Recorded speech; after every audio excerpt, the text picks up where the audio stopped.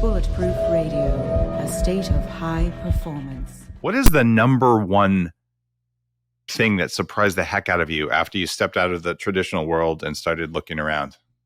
All the things you've looked at, the top one. Wow, that's okay.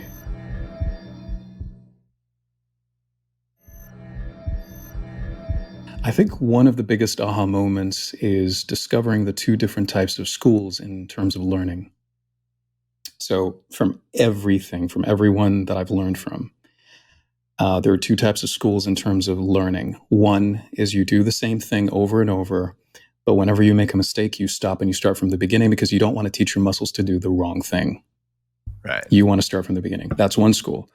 The other school is you continuously do it, and even if you make a mistake, you don't stop. Because at the end of the day, it's about crafting a skeleton of what you're doing, and then you can always go back and iron it out. And that was so interesting because in a way they're opposing. They're very opposing when you think about it. Like, do you stop or do you not stop? You can't do both at the same time. That allowed me to come up with a model that I've been working on about liminalism, the middle ground. A lot of people live in extremes. Yeah, especially right now. Yes. The thing about extremes is if you live in an extreme, you're limited automatically. Think of it as a mountain. When you're at the top of the mountain in the middle ground, you can see both sides.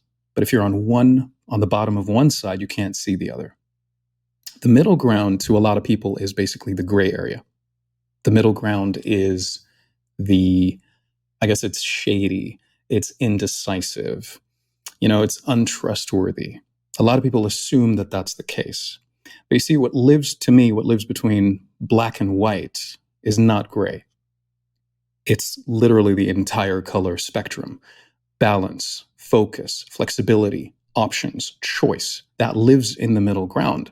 You become a liaison to both sides. You become the person that can connect the ideas of both sides, whether that's on a social level or an internal level, mental level, because you would have different conflicting ideas anyway as a human being.